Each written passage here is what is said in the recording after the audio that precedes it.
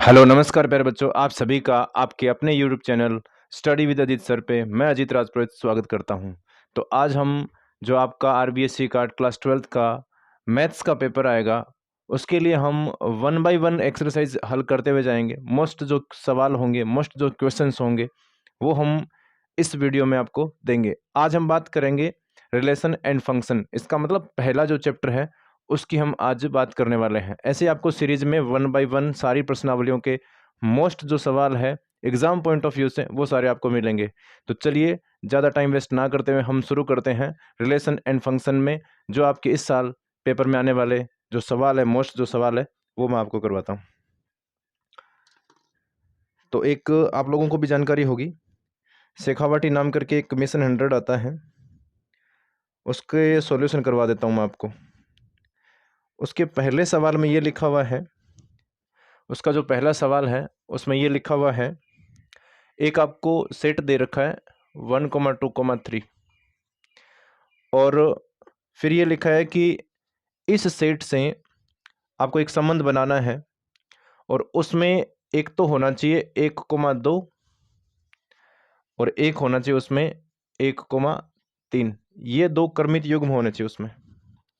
कर्मित युग्म है, इसका मतलब ये ऐसे नहीं लिखे जाएंगे, कर्मित युग्म होने चाहिए। 1,2 भी उसमें होना चाहिए और 1,3 भी उसमें होना चाहिए।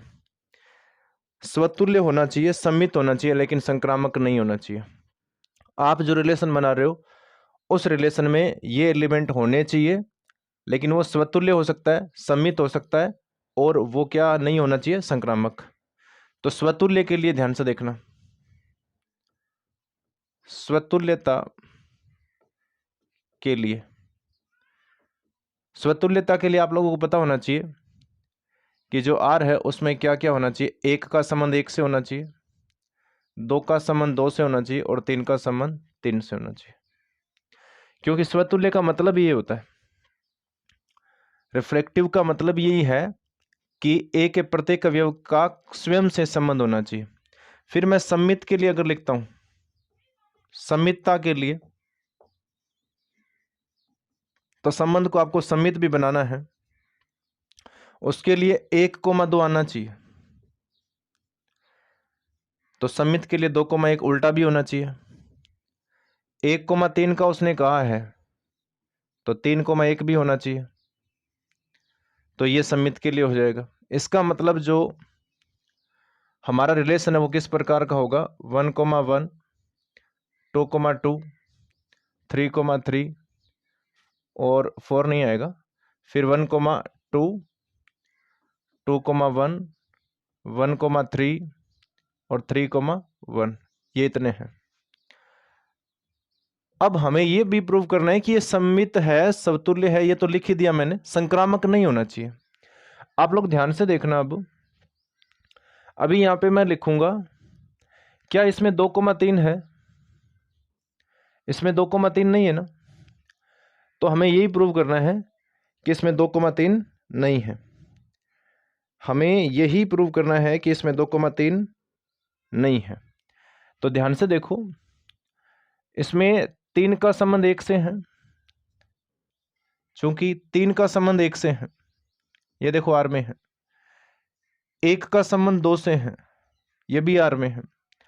3 का संबंध 1 में है, 1 का संबंध 2 में है, लेकिन परंतु हम यहां लिखेंगे कि 3 का संबंध 2 से नहीं है, नॉट बिलोंग टू आर। इसलिए आर संक्रामक नहीं होगा, संक्रामक संबंध नहीं है, नहीं है। तो ऐसे कितने रिलेशन बनेंगे, तो ऐसा एक ही रिलेशन बनेगा। ये कितने बनेंगे, इसका आंसर हो जाएगा फिर एक ही रिलेशन बनेगा ऐसा। आगे समझ आपको। नेक्स्ट क्वेश्चन की बात करेंगे अभी हम। नेक्स्ट जो आपका क्वेश्चन है, क्वेश्चन नंबर 2, उसमें ये लिखा हुआ है कि एक समुच्चय है और उसमें 2 एलिमेंट है। आपको बताना है कि उसमें कितने बाइनरी ऑपरेशंस बन सकते हैं। तो इसका एक फॉर्मूला होता है, ये आपकी जो आरबीएससी की एनसीईआरटी की बुक है, उस बुक में जो आपकी मिसलेनियस एक्सरसाइज है, विविध जो प्रश्नमाला है, उसका आखिरी सवाल है ये। अगर समुच्चय में, समझ लेना, समुच्चय में अवयवों की संख्या, अवयवों की संख्या अगर n है तो द्विआधारी संक्रियाओं की संख्या, द्विआधारी संक्रियाओं की संख्या, इसका फॉर्मूला होता है n की पावर n और उसकी पावर 2। ये है, ध्यान रखना। अगर आपके समुच्चय में, जैसे अपने सवाल में कितने एलिमेंट है a, b, तो कितने number of element in a कितने हैं? 2 है। तो आपको n का मान इसमें कितना रखना है? अब 2 रखना है। यहां हम 2 लिखेंगे तो देखो कैसे, 2 की पावर 2, फिर उसकी होल पावर भी कितनी है? 2। पहले मुझे ये बताओ 2 की पावर 2 कितना होता है? 2 की पावर 2 4 होता है, और 2 की पावर 4 कितना होता है? 16। तो इसका फाइनली आंसर क्या हो जाएगा? 16। ये हमारा इसका उत्तर हो गया। ये उसका सेकंड सवाल है पेपर का। उसके बाद का जो सवाल है उसमें आपसे एक संयुक्त फलन पूछा है। उसमें आपको fx दिया हुआ है, fx उसमें दे रखा है। थर्ड सवाल है ये, सबसे ज्यादा मोस्ट है ये। उसमें ये कहा है कि एक फंक्शन है जो r से r में डिफाइन है, फिर दे रखा है fx बराबर 3 माइनस एक्स क्यूब और उसकी होल पावर 1/3 है। फिर आपसे ये पूछा गया है f ऑफ fx निकालो, कितना होगा? ये आपको निकालना है। इसको निकालने का तरीका क्या रहेगा? सिंपल कहानी ये है, आपको संयुक्त फलन आना चाहिए। इसको लिखने का तरीका क्या होता है? आप लोगों को ये पता होना चाहिए कि हम इसको इस प्रकार लिख सकते हैं f ऑफ fx। अब fx का मान रख दो यहां पे, ये पूरा रखूंगा मैं, 3 माइनस एक्स क्यूब और उसकी होल पावर कितनी है? 1/3। ये मैंने fx का मान लिख दिया यहां पे। अब आपको करना क्या है, इस फंक्शन में x की जगह देखो ये आ रहा है पूरा, x की जगह ये पूरा, तो आपको इस x की जगह ये पूरा लिखना है।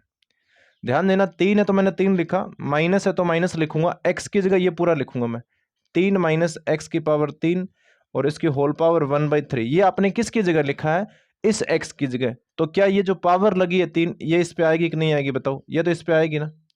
और उस पर भी देखो होल पावर कितनी है बाहर? 1/3। तो ध्यान से समझना, यहां पर ये जो 3 पावर ना, इससे ये 3 पावर कट गई, तो अंदर अब ध्यान से देखो क्या बचेगा? 3। ये माइनस को अंदर भेज सकते हैं। क्यों भेज सकते हैं? क्योंकि अब अंदर पावर नहीं बची है ना। यहां देखो इनकी पावर कट गई तो अब माइनस अंदर जा सकता है, तो -3 माइनस माइनस क्या हो जाएगा? प्लस। एक्स की पावर कितनी बचेगी अब यहां पर? 3, और उसकी होल पावर कितनी है? 1/3। अब 3 से 3 कैंसिल हो गया, तो यहाँ क्या बचा? एक्स की पावर 3 और उसकी होल पावर कितनी है? 1/3। 3 से 3 कट गया, कितना बचेगा? एक्स। ये आ गया आपका f ऑफ fx। ठीक है, यही पूछा था। तो एक ऑप्शन में आपको x दिया हुआ है, ये इसका राइट आंसर हो जाएगा। ये बहुत ज्यादा मोस्ट सवाल है। उसके बाद में हम तीसरे सवाल की बात करेंगे। तीसरा हो गया, सॉरी, चौथा सवाल पढ़ेंगे अभी।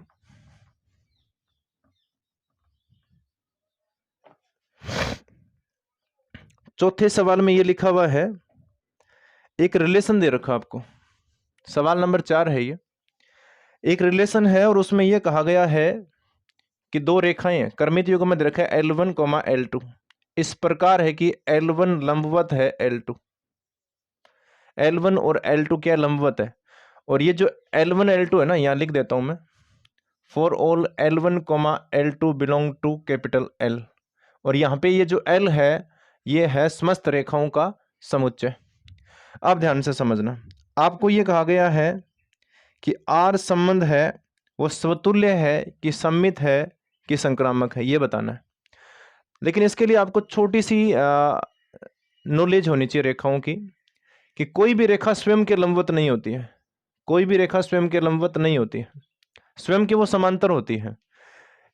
दूसरी बात, अगर ये L1 रेखा है और ये L2 रेखा है, तो L1 L2 के लंबवत है, L1 लंबवत है L2, और मैं लिख सकता हूं L2 लंबवत है L1, ये दोनों है।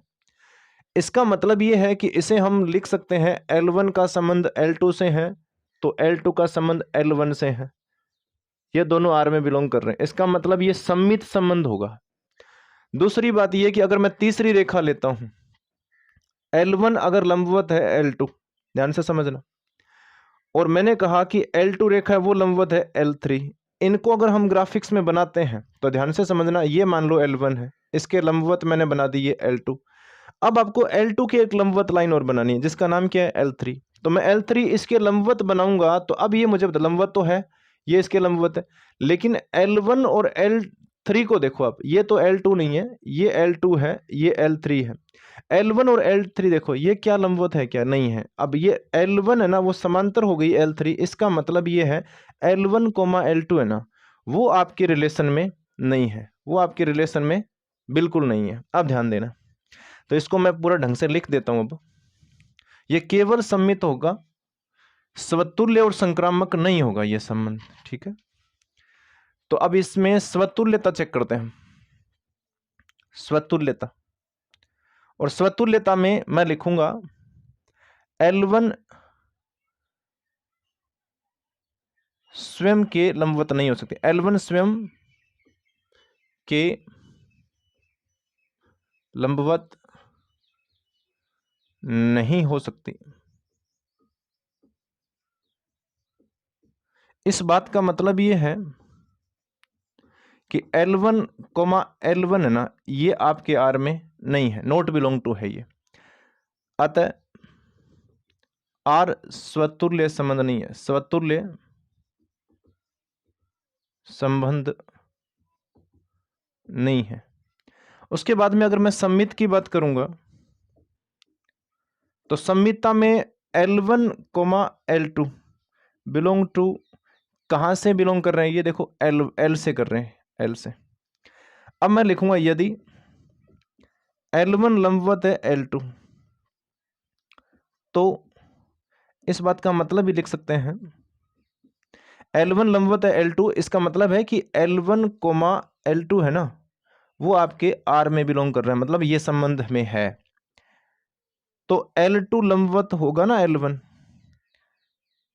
इस बात का भी मतलब लिख सकते हैं हम, अर्थात L2 coma L1 belong to R। तो देखो, सीधा अगर संबंध है तो उल्टा भी अगर संबंध है, तो अब हम लिखेंगे अतः R सम्मित संबंध है, सम्मित संबंध है। और संक्रामक के लिए सिंपल सी कहानी है,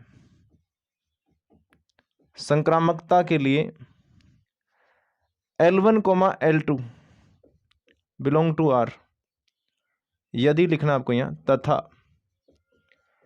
L2 है ना, L2, इस बात का मतलब भी लिख सकते हैं हम, अर्थात L1 लंबवत है L2, L2 का संबंध L3 से है, बिलोंग टू R, इस बात का भी मतलब हम लिख सकते हैं कि L2 लंबवत है L3। लेकिन आपको ये पता होना चाहिए, अभी मैंने समझाया था, ये L1 है, ये L2 है, और इसके लंबवत अगर हम बनाते हैं L3, तो ये दोनों रेखाएं क्या हो गई, समांतर। परंतु L1 कोमा, या मैं लिख सकता हूं L1 समांतर होगा L3 के। इस बात का मतलब ये है कि L1 है ना, वो L3 के साथ उसका कोई संबंध नहीं है, नोट बिलोंग आएगा। अतः R संक्रामक संबंध नहीं है, संक्रामक संबंध नहीं है। तो ये हो गया आपका क्वेश्चन नंबर 4। अब हम बात करेंगे क्वेश्चन नंबर 5 की।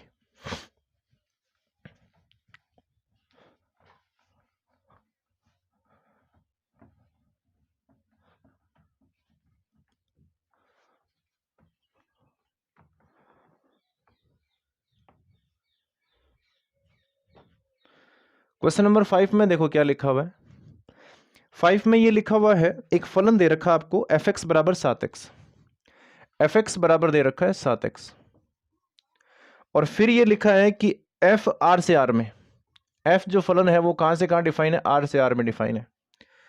फिर आगे लिखा हुआ है कि आपको 4 ऑप्शन दे रखे हैं, वो एक एक ही आच्छादक है, या केवल एक एक ही है या केवल आच्छादक है, ये ऐसे 4 ऑप्शन दे रखे हैं। इसमें आपको सिंपल एक एक ही और आच्छादक चेक करना है। तो आप लोगों को ये कंडीशन पता होना चाहिए कि एक एक ही कैसे चेक करते हैं। माना हम f ऑफ x1 है ना, इसको f ऑफ x2 के बराबर मान के चलते हैं। जब यहाँ x1 लिखा है तो यहाँ भी क्या आएगा 7x1, और यहाँ जब मैं x2 लिखूंगा तो इसमें भी क्या आएगा 7x2। 7 से 7 कट गया तो x1 बराबर क्या आ गया x2। अगर ये फलन बराबर है और ये जो आपने यहाँ पर रखे वैल्यू ये भी बराबर है तो ये क्या होता है एक एक ही। चूंकि x1 बराबर, यहाँ एक बात लिखनी चाहिए, फॉर ऑल x1 x2, ये हमें हमेशा कहां से लिए जाते हैं प्रांत से, r से। अब मैं लिखूंगा x1 बराबर क्या है x2 तथा f ऑफ x1 बराबर है f ऑफ x2।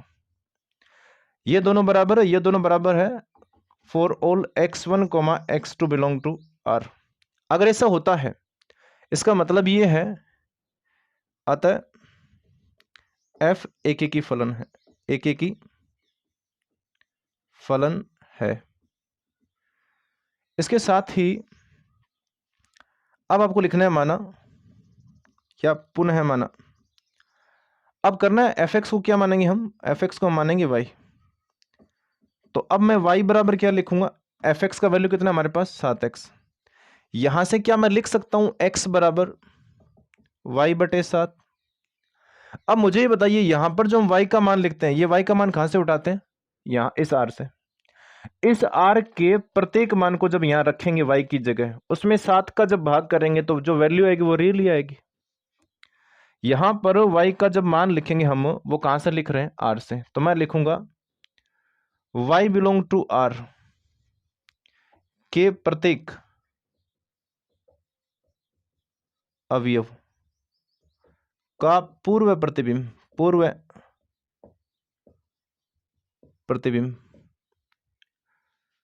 प्रांत में विद्यमान है। और अगर सह प्रांत के प्रत्येक अवयव का पूर्व प्रतिबिंब अगर प्रांत में होता है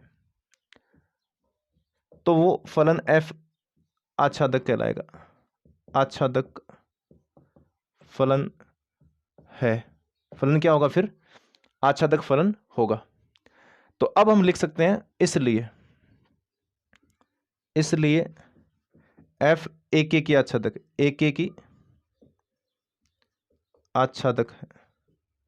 एक एक ही मतलब है ये 1 1, आच्छादक हो गया ऑनटो। ये सिंपल सी कहानी है। ये 5 सवाल मैंने आपको करवा दिए हैं। अब हम करेंगे नेक्स्ट क्वेश्चन।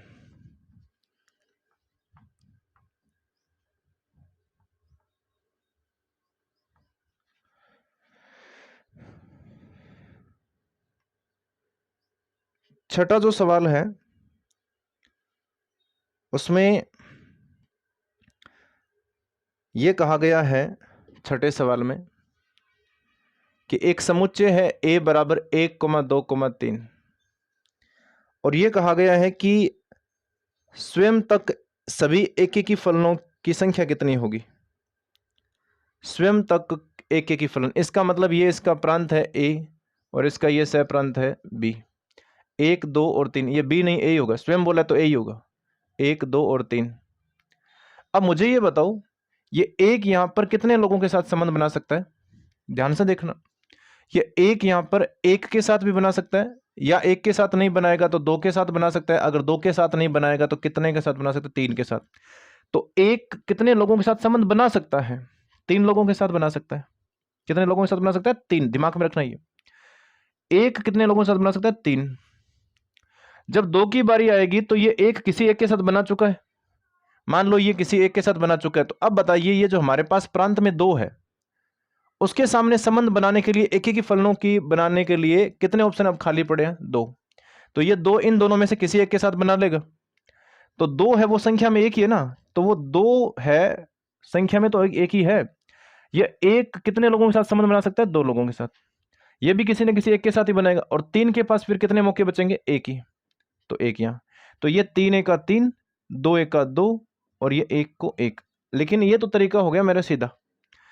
अगर मान लो ये सवाल आता है, इसमें अगर संख्या वो बदल भी देता है, तो ध्यान से समझना, एक समुच्चय ए है और दूसरा अगर ए है, इसमें जो संख्या है 1 2 3 ऐसे n तक है। ऐसा सवाल आपकी बुक में 1 2 3 4 और कहां तक है, n तक है। तो मुझे बताओ इस एक के सामने कितने ऑप्शन है, ये कितने लोगों के साथ संबंध बना सकता है, n लोगों के साथ, n। तो अगर ये किसी एक के साथ बना लेगा तो इसमें से एक तो कम हो जाएगा ना, तो फिर ये 2 कितने लोगों के साथ बना सकता है, n-1। ऐसे ही ये 3 कितनों के साथ बनाएगा, फिर आएगा n-2, एक एक कम होता जाएगा ना। फिर ये 4 कितने के साथ बनाएगा, n-3। ऐसे ही चलता रहेगा और लास्ट में कहीं 3 आएगा, फिर कहीं 2 आएगा, फिर कहीं 1 आएगा। ये क्या है, ये ए के स्वयं ए के अवयवों का, ए के अवयवों का स्वयं के साथ एक की फलनों की संख्या है, फलनों की संख्या है। इसको लिखने का तरीका ये आपने 11th क्लास में पढ़ा होगा, 4 गुणा 3 गुणा 2 गुणा 1, इसको हम लिखते हैं 4 फैक्टोरियल। ऐसे ही n गुणा n-1 n-2 और ऐसे चलता रहेगा 3 गुणा 2 गुणा 1, इसको हम क्या लिखते हैं, इसको लिखते हैं n फैक्टोरियल। तो इसका फाइनली आंसर कितना आएगा, n फैक्टोरियल। इसको हम ऐसे भी लिखते हैं फैक्टोरियल, एक ही बात है। तो इस सवाल में आएगा फैक्टोरियल 3, क्योंकि 3 एलिमेंट है तो 3 फैक्टोरियल आएगा। तो जितने एलिमेंट होते हैं उतने ही स्वयं से स्वयं तक के एक की फलनों की संख्या होती है, उसमें फैक्टोरियल लगाना है बस आपको, ठीक है। ये भी आपके विविध में सवाल है। उसके बाद में अगर बात करता हूं सवाल नंबर 7 की, ये देखो मोस्ट सवाल है 7वां। इसमें लिखा हुआ है कि एक आपका जो रिलेशन है वो इस प्रकार है कि a, b, a less than equal b cube है, और यहां पर ये जो संबंध है वो r से r में डिफाइन है। ये रिलेशन आपका r से r में डिफाइन है। आपको इसमें स्वतुल्य, समित और संक्रामकता की जांच करनी है। ध्यान से समझना, एक एक चीज आपको ध्यान से समझनी है। स्वतुल्य के लिए देखिए, मैंने एक एलिमेंट लिया 1/2, मैंने 1/2 लिए, क्या ये 1/2 बिलोंग कर रहा है आर में, इस आर में बिलोंग करता है। अब हम ये रखेंगे इस संबंध में, हमारा संबंध क्या है, संबंध है a less than equal b cube. इसमें दूसरी बात ये कि स्वतुल्य के लिए आप लोगों को पता है हम दोनों वैल्यू क्या खुद का खुद से संबंध देख रहे हैं कि 1/2 का 1/2 से संबंध है कि नहीं।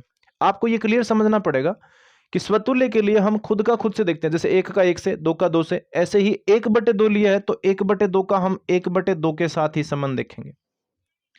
अब 1/2 लिखा लेस देन इक्वल, ये कितना आएगा 1/8। क्या ये बात सही है क्या, नहीं है, बिल्कुल नहीं है, क्योंकि ये 1/2 और 1/8 ना तो बराबर होता है, और 1/2 है ना वो 1/8 से क्या होता है, बड़ा होता है। पर ये कह रहा है कि छोटा है, हम लिखेंगे जो कि असत्य, जो कि असत्य है। और अगर ये असत्य है, इस बात का मतलब ये है कि 1/2 का संबंध 1/2 से नहीं है। ये आर में 1/2 1/2 is not belong to R, तो ये इसलिए आर स्वतुल्य नहीं है, स्वतुल्य नहीं है, आर स्वतुल्य नहीं है। अगर मैं समितता के लिए चेक करता हूं, समितता के लिए हम लिखते हैं यदि 1,2 बिलोंग टू आर, और करके भी दिखाता हूं मैं आपको, 1 लेस देन इक्वल, और यहां लिखा मैंने 2 का क्यूब, तो इसको जब हल करेंगे तो 1 लेस देन इक्वल 8, जो कि सत्य है, जो कि सत्य है। अब समितता में हमें पता है कि ए की जगह बी लिखना है और बी की जगह ए, उल्टा लिखना है। तो अब मैं लिखूंगा परंतु, आपने 2 यहां लिखा और 1 वहां लिखा, तो 2 लेस देन इक्वल 1 आएगा। तो क्या ये सही है? 2 ना तो छोटा होता है 1 के और ना ही 2 1 के बराबर होता है, जो कि असत्य, जो कि असत्य है। अतः आर सम्मित नहीं है, सम्मित संबंध नहीं है, यह सम्मित संबंध नहीं है। अब मैं संक्रामकता के लिए चेक करूंगा, तो थोड़ा हम इसको इरेज कर लेते हैं। आपको आराम से समझना है, कम स्पीड में समझना है, और अगर आपको जल्दी जल्दी बातें समझ आनी है तो आप स्पीड को थोड़ा बढ़ा सकते हैं। अब मैं 3 एलिमेंट लेता हूं, ध्यान से समझना। ए बराबर मैं लूंगा 7, बी बराबर मैं लूंगा 2, और सी बराबर हम लेंगे 1.5। इन सब एलिमेंट को हम चेक करेंगे अभी। तो मैं पहले चेक करता हूं 7 लेस देन इक्वल 2 का क्यूब। तो इसको हल करते हैं। इसको जब हल करेंगे तो मुझे ये बताओ 7 छोटा है या बराबर है 8 से, तो ये सत्य है। इसका मतलब 7 का संबंध 2 से है, बिलोंग टू आर है ये। अब मैं लिखूंगा तथा 2 को मैं यहां लिखता हूं, 2 लिखा मैंने लेस देन इक्वल 1.5, इसका मैंने क्या कर दिया? क्यूब। तो ध्यान से आपको ये समझना है, 2 लिखा मैंने लेस देन इक्वल, इसका मैं क्यूब कर देता हूं। जैसे 1.5 का स्क्वायर तो आपको आतना ही चाहिए 225, मतलब ये हो गया कि इसका स्क्वायर करेंगे तो 2.25 आएगा। और इसका अगर हम क्यूब करते हैं तो ऑब्वियस बात है वो तो और बड़ा आएगा। तो इसका मतलब ये है कि 2,1.5 है ना, उसका संबंध किससे है? हालांकि मैं क्यूब कर ही देता हूँ, 15 से इसको गुणा करेंगे 1.5 से, 5 15 पर 75, 7 15 दूना 30 और 7 37, 3 और 30 और 3 33, ये अपना फाइनली आएगा 3 पॉइंट, यहाँ लिख देता हूँ मैं, 2 से छोटा या बड़ा है 3.375, ये देखो बड़ा आ गया ना। परंतु अब मैं लिखने जा रहा हूं, परंतु यहां पर अगर हम 7 का संबंध देखते हैं 1.5 से, तो 7 लेस देन इक्वल 1.5 का क्यूब। अब मुझे ये बताना आपको कि 7 छोटा या बराबर है क्या 3.7375 से, तो जो कि क्या है? असत्य, जो कि असत्य है। और अगर ये असत्य है तो ये आपका फलन संक्रामक भी नहीं होगा। सिंपल बात एकदम, ठीक है। अब हम बात करेंगे नेक्स्ट क्वेश्चन की।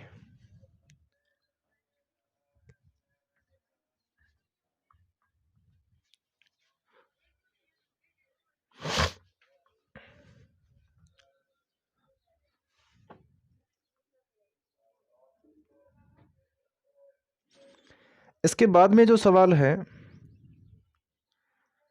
वो सवाल है 8वां सवाल, देखिए।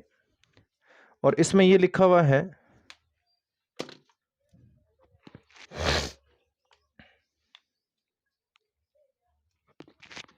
आठवें सवाल में ये लिखा हुआ है, ए आपको एक समुच्चय दे रखा है x बिलोंग टू z, और यहां पर 0 less than equal x less than equal 12, ये दे रखा है। x का वैल्यू ऐसा है, पूर्णांक है। z का मतलब क्या होता है? पूर्णांक, इंटीजर।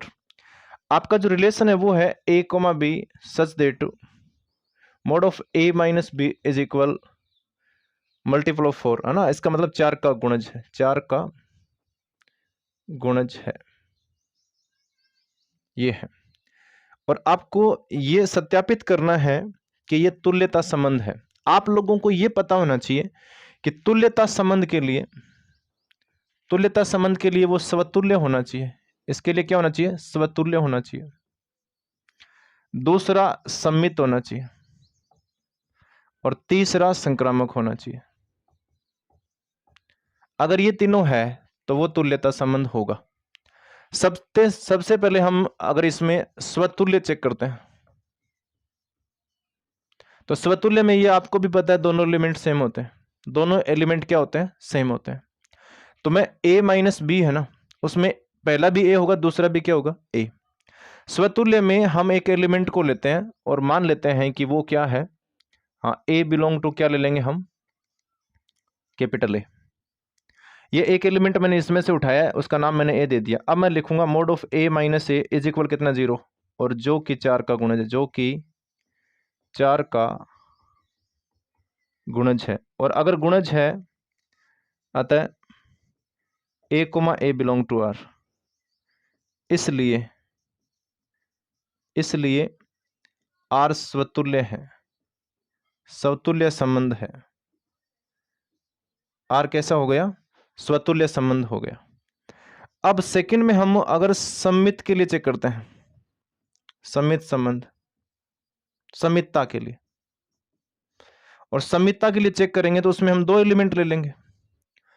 दो एलिमेंट तो मैंने लिखा A comma B belong to R, R नहीं लिखेंगे, ए लिखेंगे क्योंकि ए में से लेना है। अब मैं यहां लिखूंगा कि mod of A minus B बराबर, मैंने लिखा, क्या लिखा ध्यान से समझना, 4x लिख दिया। 4x का मतलब 4 का गुणज है ना, 4x लिख सकता हूं मैं। अर्थात इस बात का मतलब ये है कि a कोमा बी है ना, वो बिलोंग कर रहा है आपके आर में। अब हम इसको उल्टा करते हैं तो b माइनस ए, उल्टा करने का मतलब a की जगह b की जगह a, तब भी कितना आएगा? 4x, क्योंकि मोड लगा है तो वो माइनस आओ चाहे ना हो फर्क ही नहीं पड़ेगा। दूसरी बात, माइनस यहां अगर आ भी जाता है तो है तो वो 4 का गुणज ही।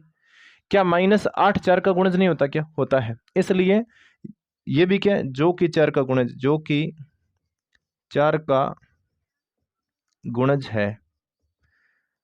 इस बात का मतलब ये है कि अगर गुणज है तो हम लिख सकते हैं b कोमा ए है ना, वो किस में बिलोंग करेगा? आर में। अतः आर सममित संबंध, सममित संबंध है।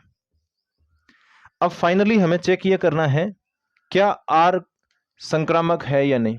अगर वो संक्रामक है तो ये क्या हो जाएगा? तुल्यता संबंध हो जाएगा। आपको अगर नोट करना है, लिखना है, तो आप वीडियो को पॉज कर लिया करो। संक्रामकता के लिए, संक्रामकता के लिए हम देखते हैं 3 एलिमेंट लेते हैं, A comma B comma C belong to A. मैंने लिखा a माइनस बी इक्वल, ध्यान से समझना, a माइनस बी को मैंने लिखा 4x। तो क्या मैं अब लिख सकता हूं, ये 4 का गुणज है ना, 4 का गुणज है तो मैंने ये लिख दिया। यहां से a माइनस बी बराबर मैं लिखूंगा प्लस माइनस 4x। ये आपको समझ आ गया, मोड हटाए तो प्लस माइनस आएगा। ये इक्वेशन नंबर 1 है। और इस बात का मतलब भी लिख रहा हूं मैं यहां पे कि a कोमा बी है ना, वो बिलोंग टू आर है। इस बात को थ्योरेटिकली वे में नहीं लिखा मैंने। 4x का मतलब 4 का गुणज है, तथा b माइनस जो c लिखा है वो मैंने लिख दिया 4y। ये भी देखो 4 का गुणज है, 4 का गुणज 4 का भाग जा रहा है 4y में। इस बात को भी मैं लिख सकता हूं b माइनस सी बराबर, हम प्लस माइनस क्या लिखेंगे? 4y। ये आपकी समीकरण 2 है। ध्यान से समझते जाना बस आप। इस बात का मतलब ये है कि ये भी देखो 4y है, तो 4y भी 4 का गुणज है, तो मैं लिख सकता हूं कि b का संबंध c से है, b comma C belong to R. अब समीकरण 1 और 2 को हम जोड़ेंगे तो यहां पे क्या लिखा हुआ है? a माइनस बी, और यहां b माइनस सी बराबर क्या आएगा? प्लस माइनस 4x और प्लस माइनस 4y। ध्यान से देखना, यहां b से b कट गया तो यहां क्या बचेगा? a माइनस सी बराबर आएगा प्लस माइनस 4 कॉमन, अंदर बचेगा x प्लस वाई। अब मुझे तो ये बता दो, अगर मैं यहां से प्लस माइनस को हटाता हूं तो यहां मैं क्या लगा सकता हूं? मोड। बराबर क्या आएगा? 4x प्लस वाई, जो कि 4 का गुणज है, जो कि 4 का गुणज है, क्योंकि इसमें 4 का भाग जा रहा है। अगर ये 4 का गुणज है तो मैं लिख सकता हूं अर्थात a comma C belong to R. ध्यान से समझना, ये देखो a का b से संबंध है, b का c से संबंध है, तो a का अगर c से संबंध आ जाता है तो ये फलन, सॉरी, संबंध क्या कहलाएगा? संक्रामक संबंध कहलाएगा। अब ये स्वतुल्य भी हो गया, सममित भी हो गया, संक्रामक भी हो गया। इसलिए आपको यहाँ फाइनली थ्योरी में लिखना है कि ये तीनों प्रकार का संबंध है, इसलिए ये तुल्यता संबंध भी है। तो ये आपका सवाल हो गया 8वां। अब हम बात करेंगे नेक्स्ट सवाल की। नेक्स्ट आपका है बॉक्स ऑफ एक्स। ये भी आपने पढ़ा हुआ है, बॉक्स की प्रॉपर्टी क्या होती है, ये भी आपको मैं भी बता देता हूं। 9वें सवाल में ये कहा है कि एफ एक्स बराबर क्या है? बॉक्स ऑफ एक्स है। आर न तो एक एक ही और नहीं आच्छादक है, ये हमें सिद्ध करना है। तो ये तो बहुत सिंपल है एकदम, एक एक ही भी नहीं है और आच्छादक भी नहीं है, ये हमें बताना है। ध्यान से समझना। मैंने नवा सवाल लिखा, उसमें लिखा हुआ है एफ जो है वो आर से आर में डिफाइन है, और एफ एक्स बराबर क्या दिया हुआ है, एफ एक्स बराबर दिया बॉक्स ऑफ एक्स। इसका मतलब समझाता हूं पहले तो मैं आपको। महत्तम पूर्णांक फलन होता है, और इसमें आप अगर पूर्णांक रखते हो तो बाहर भी पूर्णांक ही आता है। अगर आपने इसमें पूर्णांक रखा तो बाहर क्या आएगा, पूर्णांक। लेकिन इसमें अगर आप पूर्णांक नहीं रखते हो तो मैंने इसमें कोई भी रियल नंबर लिखा, -1.1 लिखा, ऐसे मैंने 0.9 लिखा, ऐसे मैंने 1.2 लिखा, तो जो अंदर लिखा है उससे छोटा पूर्णांक लिखना आपको। जैसे मुझे तो 0.9 से छोटा कौन होता है, इससे बड़ा तो 1 होता है, लेकिन इससे छोटा कौन होता है, 0। 1.2 है, उससे छोटा कौन होता है, 1 होता है। -1.1 है, ये माइनस का ध्यान रखना, बच्चे इसमें 1 लिखते हैं लेकिन माइनस का तो कितना आएगा, -2। बस यही करना आपको। तो अब मैं यहां से कुछ वैल्यू लिखूंगा, ध्यान देना, और वो इसमें रखेंगे हम। मैं एक x1 मान लेता हूं, माना, और x1 का मान इस r में से उठाऊंगा, मैंने लिखा 1.2, तथा जो x2 है वो मैंने लिखा 1.3। इनको मैं अगर मैं लिखता हूं, मैंने लिखा f of x1 is equal क्या आएगा, बॉक्स ऑफ x1 आएगा। अब x1 का मान इसमें रखेंगे तो वो कितना है, 1.2 है, तो इसमें भी 1.2 आएगा। तो फाइनली उत्तर कितना आएगा, 1, क्योंकि 1.2 से छोटा पूर्णांक क्या होता है, 1 होता है। अब मैंने लिखा f ऑफ x2, तो बॉक्स में भी क्या आएगा, x2 आएगा, और x2 का वैल्यू हमारे पास कितना है, 1.3 है, तो इसमें भी कितना, 1.3, इसका वैल्यू भी कितना, 1।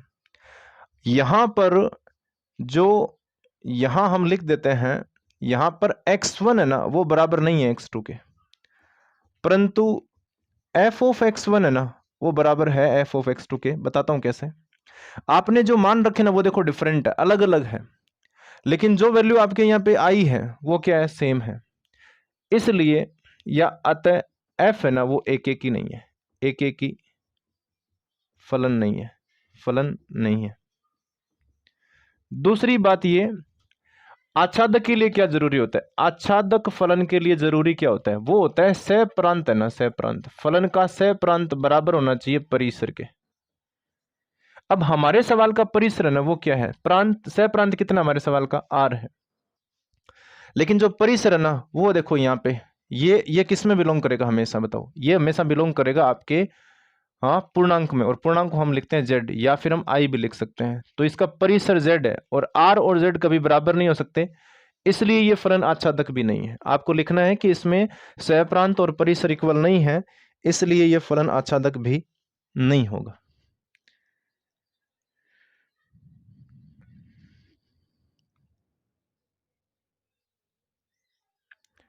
इसके बाद में हम अब करेंगे 10वां सवाल। ये भी सेम ही है।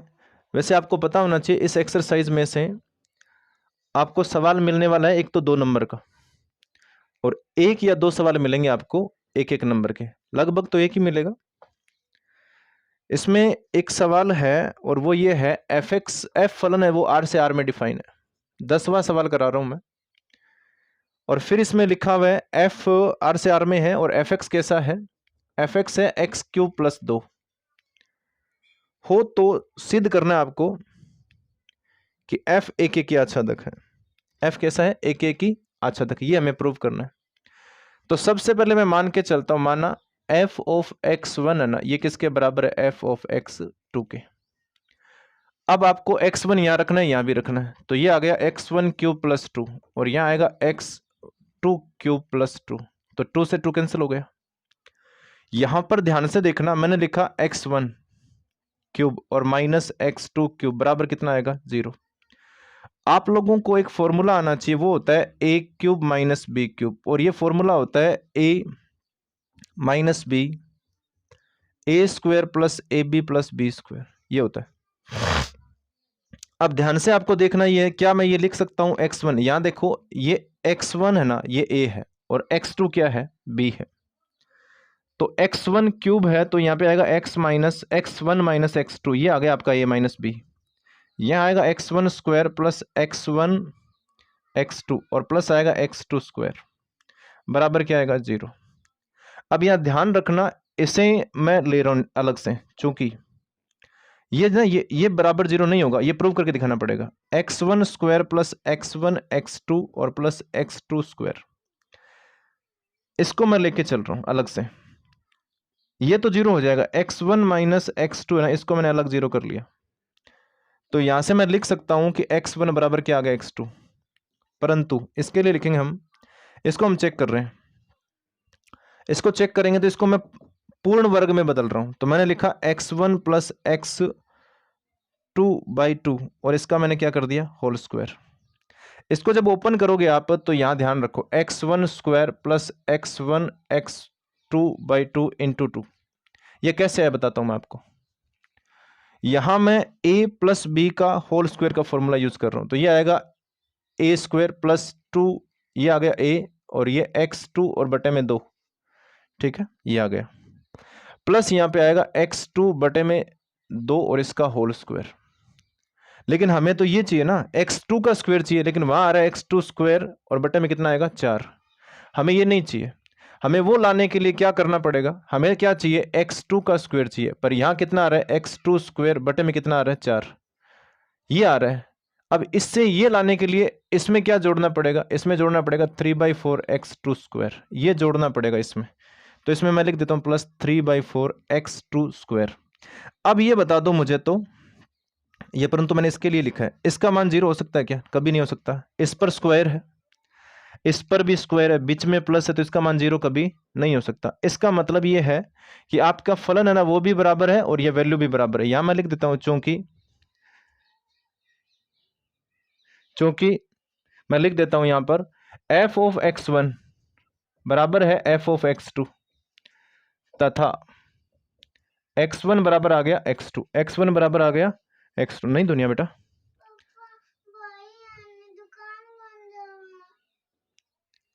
मैं भेज दूंगा, ठीक है, अभी मैं पढ़ा रहा हूं, थोड़ी देर में आता हूं मैं नीचे, मैं भेज दूंगा। अब यहां पर हम लिखेंगे फॉर ऑल, थोड़े बच्चों ने बीच में डिस्टर्ब कर दिया, इसके लिए सॉरी। यहां मैं लिखूंगा x1, यहां लिख देता हूं मैं for all x1 comma x2 belong to कहां करेगा R में, इसलिए f एक एक ही है, एक एक ही यही कंडीशन होता है, एक एक ही फलन है। रही बात आच्छादक की, तो आच्छादक तो बड़ा सिंपल ही होगा। कैसे, आच्छादक के लिए हमेशा ये माना जाता है कि fx को मैं क्या लिखूंगा y, तो यहां ये जो fx है उसकी जगह मैं क्या लिखूंगा y बराबर क्या लिखा हुआ है एक्स क्यूब प्लस कितना 2, ये 2 को यहां भेज दो तो 2 इस तरफ आएगा, तो ये कितना y माइनस 2 बराबर कितना एक्स क्यूब, तो यहां से x बराबर y माइनस 2 उसकी होल पावर 1/3 लिख सकता हूं। अब मुझे ये बताओ y का मान कुछ भी रख लो भले, रियल नंबर में y का मान आप कुछ भी लिखो भले, यहां y का मान कुछ भी लिखो, जो उत्तर आएगा ना वो आपको हमेशा r में मिलेगा। इसका मतलब ये है y बिलोंग टू r के प्रत्येक अवयव का पूर्व प्रतिबिंब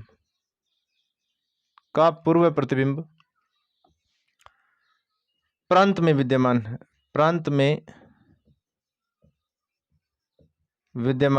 है, इसलिए f आच्छादक फलन होगा, आच्छादक भी होगा। ये रफ टाइप में करवा रहा हूं, थोड़ा मैं प्रॉपर वे में नहीं लिख रहा हूं, क्योंकि हम ये थोड़ा रिवीजन टाइप में पढ़ रहे हैं। हम कोशिश करते हैं कि मैं आपको एक ही क्लास में एक एक्सरसाइज के बारे में बता सकूं। तो ये एक ही आच्छादक हो गया, स्वतुल्य भी हो गया, सममित संक्रामक सब आपने समझ लिया। अब एक सवाल मैं आपको करवाता हूं, तत्समक अवयव निकालने वाला। तो आपको एक द्विआधारी संक्रिया जो n क्रॉस n से n में है, a स्टार b इस प्रकार है कि a b का एलसीएम है। अब आपको इसमें यह पूछा गया कि इसका तत्समक अवयव कितना होगा, इस संक्रिया के तत्समक। पहली बात तो यह बता देता हूं तत्समक अवयव के लिए क्या होता है, a स्टार e बराबर a आना चाहिए या फिर e स्टार a बराबर क्या आना चाहिए a।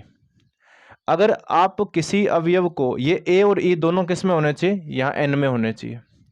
आपको ए बी एन में होना चाहिए, ई बी एन में होना चाहिए, उत्तर क्या आना चाहिए? ए। तो यहां पर ये जो ई है ना, ई वो तत्समक अवयव कहलाता है। तो यहां पर मुझे ये बताओ, माना ई बराबर मैंने 1 लिख लिया, तो ए स्टार ई हम चेक करेंगे तो ए स्टार ई का मान 1 है। अब इसका मतलब क्या है? 1, ए का एलसीएम, यही तो है। ए और बी का एलसीएम मतलब 1 और ए का एलसीएम। अब इन दोनों का एलसीएम निकालना है तो आपको पता होना चाहिए 1 का एलसीएम आप किसी भी संख्या के साथ निकाल लो, वही संख्या आती है। तो कितना आएगा? ए। क्योंकि 1 का किसी भी संख्या के साथ एलसीएम, जैसे 10 और 1 का एलसीएम कितना होता है? 10 ही होता है। 5 और 1 का एलसीएम कितना होता है? 5 ही होता है। वैसे ही ए और 1 का एलसीएम कितना आएगा? ए। अब देखो, आपने एक एलिमेंट लिया और वो लेने से संक्रिया आपको क्या दे रही है? ए दे रही है। अतः ई बराबर 1 तत्समक अवयव है, तत्समक अवयव है। अगर मैं आपको इसमें यह कहूं कि प्रतिलोम अवयव भी निकालो, तो प्रतिलोम के लिए जरूरी क्या होता है वो मैं बता देता हूं आपको। प्रतिलोम के लिए क्या जरूरी बात है? प्रतिलोम के लिए जरूरी ये होता है, जैसे ए स्टार ई बराबर ए आ गया, तो यहां पे ई क्या है? तत्समक अवयव है। लेकिन अगर हम ए स्टार बी बराबर बी स्टार ए और बराबर अगर ई आता है, तो यहां ए बी का और बी ए का क्या कहलाएगा? प्रतिलोम कहलाएगा। तो अभी आपको, जैसे आपने ए स्टार 1 लिया था तब 1 आ गया था ना, सॉरी ए आ गया था। लेकिन अब आपको ऐसा एलिमेंट लेना है ए की जगह कि उसका उत्तर कितना आना चाहिए? ई आना चाहिए। ध्यान से समझ लेना। तो अब है ना, ए और बी का मान आपको डिसाइड करना है। मैंने लिखा ए बराबर 1 और कोमा बी बराबर 1, ये दोनों मान हम इसमें लिखेंगे। तो ए स्टार बी हमारी जो संक्रिया वो क्या है? ए कोमा बी का एलसीएम, एलसीएम। तो यहां मैं 1 लिखूंगा स्टार, यहां भी 1 लिखा बराबर, तो 1,1 का एलसीएम। बताओ 1 का एलसीएम कितना आएगा? 1। तो ये 1 क्या है? ई है बेटा, ये ई है, ये तत्समक अवयव है। तो 2 एलिमेंट की आपने संक्रिया करवाई और उत्तर में क्या आ गया? तत्समक अवयव। इसका मतलब 1 स्वयं का प्रतिलोम है, अर्थात 1 स्वयं का प्रतिलोम अवयव है, प्रतिलोम अवयव है। 1 स्वयं का प्रतिलोम अवयव हो गया। इसके अलावा हम द्विआधारी संक्रिया साचर्य है या नहीं, या वो क्रम विनिमय है या नहीं, एक सवाल मैं आपको यह भी करवा देता हूं। कोई भी संक्रिया वो साचर्य है या नहीं या क्रम विनिमय है या नहीं, ये करते हैं। तो मैंने एक स्टार कोई संक्रिया दी आपको जो n क्रॉस n से n में है। ए स्टार बी बराबर मैंने लिखा a minus B, A star B minus A minus B लिखा मैंने। और यहां n नहीं लिखेंगे, यहां z कर देते हैं। यहां मैंने लिखा z क्रॉस z से z में है। अब ध्यान से आपको यह समझना है, मैं पहले क्रम विनिमयता चेक करता हूं। क्रम विनिमय, और इसमें मैंने क्या लगा दिया? a प्लस बी लगा देता हूं मैं। ध्यान से आपको यह समझना है, a प्लस बी है ना, तो क्रम विनिमय चेक करने के लिए a स्टार बी बराबर तो अपना a प्लस बी है, तथा उल्टा करते हैं b स्टार a, तो भी क्या आएगा? b प्लस a आ जाएगा। तो ये दोनों तो बराबर ही है। समीकरण 1 और समीकरण 2 को देखो आप, बराबर ही है ये तो a स्टार b बराबर है b स्टार a, अतः स्टार क्रम विनिमय है, क्रम विनिमय है, संक्रिया है। अगर मैं साचर्य की बात करूं, साचर्य के लिए a स्टार b और स्टार से ये चेक करेंगे। तो पहले ये ब्रैकेट वाला हल होता है। तो a स्टार b का मतलब क्या है? a प्लस बी और स्टार सी। आपकी संक्रिया क्या कह रही है कि दोनों एलिमेंट को जोड़ना है, तो यहां पर मैं जोड़ देता हूं a प्लस बी, ये पहला एलिमेंट है और दूसरा इसमें जोड़ना है। अब मैं लिखूंगा a स्टार b, और इस बार b और c को पहले हल करना है, b और c ब्रैकेट वाला पहले हल करना है। तो ये आ गया a स्टार b और प्लस c, ये पहला अवयव है, ये दूसरा है, तो इनको जोड़ना है a प्लस बी प्लस सी। अब यहां पर ए स्टार बी और स्टार सी ये बराबर आ गया ए स्टार बी स्टार सी, अतः स्टार साचर्य है, साचर्य संक्रिया है। अगर ये वाला पार्ट इस वाले पार्ट के बराबर नहीं आता है तो उस कंडीशन में ये साचर्य नहीं होगा। अगर ये दोनों बराबर नहीं आते हैं तो उस केस में ये क्रम विनिमय भी नहीं होगा। तो ये मैंने आपको लगभग करवा दिए हैं सारे टाइप के सवाल पहली प्रश्नावली में। नेक्स्ट जो वीडियो आएगा आपका वो आएगा ITF, इसका मतलब ये इनवर्स ट्रिग्नोमेट्री फंक्शन। उसमें मैं एक घंटे की क्लास या 50 मिनट की क्लास आप लोगों को देने वाला हूं। उसमें भी आपको पता होना चाहिए कि एक सवाल 3 नंबर का आएगा जो आपके मेन एग्जाम में 17वां सवाल होगा। उसके अलावा एक आध सवाल छोटे भी आएंगे। तो आपका एग्जाम टाइम चल रहा है तो इसलिए मैं ज़्यादा बात नहीं करूँगा, ज़्यादा बात हम नहीं करने वाले हैं। आप अच्छी तैयारी कीजिए और हो सके तो इसको आप शेयर कीजिए। धन्यवाद बच्चों।